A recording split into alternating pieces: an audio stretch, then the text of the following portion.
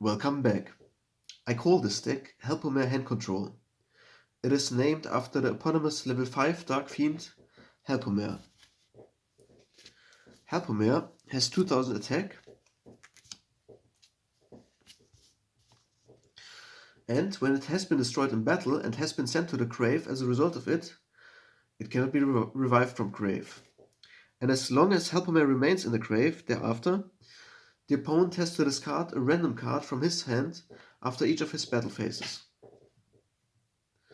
So Helpoemer's biggest strength, its high attack stat, is rather its biggest weakness. In that, we focus on suicide ramming Helpoemer into opposing monsters with an at least equally high attack stat. But firstly, we have to tribute some Helpoemer onto our side of the field with cost down, which lowers the level of all of our monsters in our hand temporarily by 2 levels. Thereby we may neglect the tribute requirement. Or we use brain control or Snatch Steal and tribute one hostile monster for Helpoemer's tribute sum. I chose 2 copies of Creature Swap in order to hand over Helpoemer to the opponent, and thereby we may simply attack over it instead of suicide ramming Helpoemer on our side of the field. In either case, we want to mainly decrease Helpoemer's attack stat as much as possible, and at least to an extent that we can destroy him in battle. For this very reason, I play 3 different cards that alter the attack stats of monsters. Dark Jeroid, of whom I play 3 copies, on summon, lowers one monster's attack stat by 800 points. It renders Helpoemer with 1200 attack. The equip spell Shooting Starbow Ceal decreases the attack of the monster it is equipped to by 1000 points, rendering Helpoemer with only 1000 attack. Likely the easiest way to alter the stats of both Helpoemer and the monster we need for Helpoemer's destruction in battle is the normal spell card Riryoku. Riryoku halves, in our case, Helpoemer's attack stat and increases another monster's attack stat by the same amount. When applied to Helpoemer, its attack is lowered by 1000 points, and these 1000 attack points are being added onto the other monster in the equation. The hand control part not only relies on Helpoemer being in the grave, it also includes Zaloog, who, whenever he inflicts battle damage to the opponent, makes the opponent discard one random card from his hand.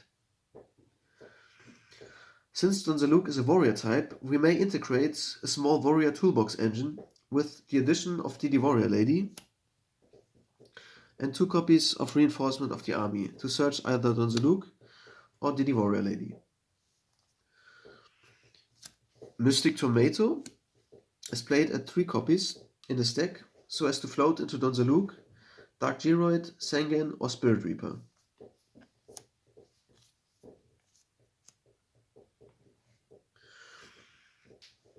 The latter, Spirit Reaper, can be equipped with Shooting Starbow Ceal, thereby attack the opponent directly with 0 damage, but thanks to his effects, he again forces the opponent to discard a card. I have to point out that due to the older errata, Spirit Reaper is only to attack directly. After the 5th erratum, it is written in his effect text that he has to inflict actual damage to the opponent's life points. Since we play an older format, older errata apply, as in this case. Once Helpoemer remains in our grave, the only way to move him away from there is by banishing him, say, with Kycoo the Ghost Destroyer.